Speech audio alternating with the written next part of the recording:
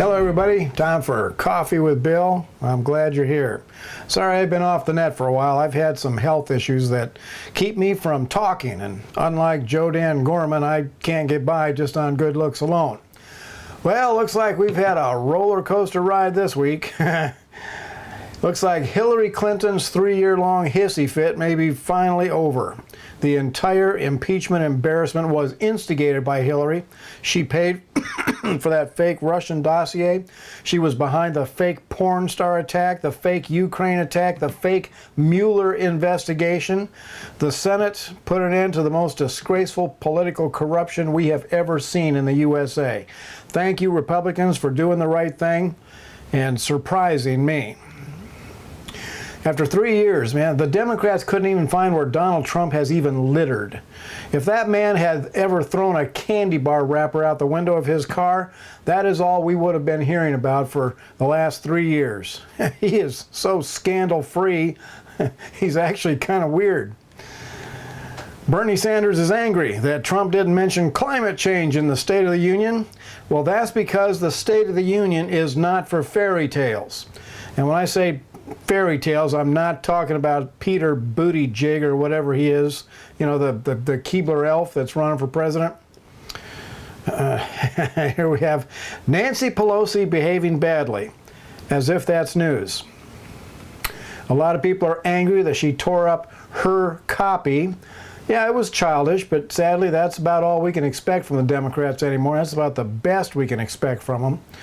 And Mitt Romney voted to remove President Trump. What a snake. Pay attention to this, America.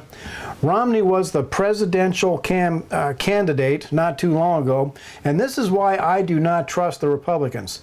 Either they were too ignorant to see Romney for what he is, or they simply didn't care.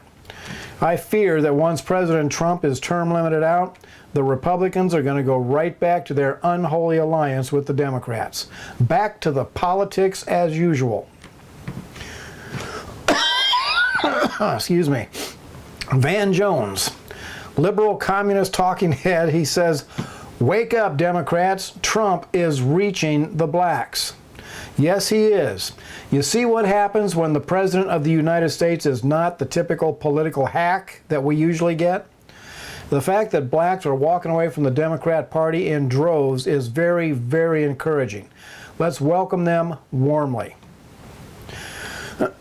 Ralph Northam, the godless Democrat governor of Virginia, the man who thinks it's okay to snuff out the life of a newborn child, is getting pushback from his own Senate. The Senate just shot down one of Northam's radically unconstitutional bills that would put people in prison if they leave a gun where a minor might be able to get to it. You know what?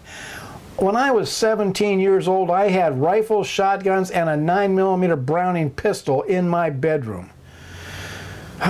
Northam would effectively turn law-abiding gun owners into a felon for having a handgun in the drawer of their nightstand. Ralph Northam is a typical Democrat who thinks that Americans are too stupid to safely run their families and homes. Excuse me. Northam is trying to force the most radical gun-grabbing laws imaginable. We just had thousands of pro-gun Americans protest at the Virginia Capitol building, and in my semi-humble opinion, I think they were way too nice about it. The protests didn't even slow Northam down. Those protesters should have cut those hastily erected security fences and invaded that Capitol building, and they should have stayed there until Northam came out for a face-to-face meeting to discuss his illegal tyranny. I was very pleased to see Rush Limbaugh awarded the Medal of Freedom. That man has done more to push back against liberal foolishness than anyone else that I can think of. And he was highly entertaining while doing it. It seriously choked me up to hear about his serious cancer diagnosis. Rush Limbaugh is a national treasure, and he is irreplaceable. CBS News is reporting that a Catholic priest who was removed from the priesthood after being convicted of raping a 15-year-old boy has found a new place to minister at the Metropolitan Church in South Dakota. Now, the Metropolitan Church is a Sodom and Gomorrah church that brazenly violates every commandment of God about proper sexual relations. The Sodom and Gomorrah Metropolitan Church ordained the disgraced priest. Hey, he's their kind of guy. He ministered there for a few years. Now he's down here in Florida at the National Catholic Church, which is not affiliated with the Roman Catholic Church. The National Catholic Church is very open about their Sodom and Gomorrah rebellion against God's moral law. They are an LGBT church, trying to justify their sexual sins by smearing a thin veneer of religiosity over themselves. Do not be deceived, America. Sodom and Gomorrah churches are a one-way road to hell. Do not fall for the false teachings of men like this so-called priest. It will be the end of you.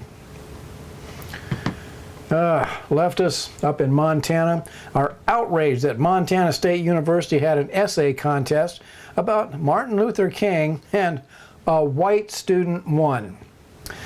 Listen up, America. Outright hatred of white people is a growing problem in this nation. The left, the Democrats, are doing everything they can to turn the USA into a racist nation. No whites allowed. And the liberals who are committing this racism against whites are obsessed with accusing whites of being racist. Many years ago, Thomas Paine said that arguing with a person who has renounced the use of reason is like administering medicine to the dead. Well, Thomas Paine was definitely not a good guy, but he sure hit that one on the head. The liberal left have long ago abandoned reason, facts, and logic. There is no reasoning with them. They can only be defeated. Let's finish this up with Psalm 33:12, which says, "Blessed is the nation whose God is the Lord." Don't you think it's high time for us to get back to that? This has been Coffee with Bill. Thanks for watching, and America bless God again.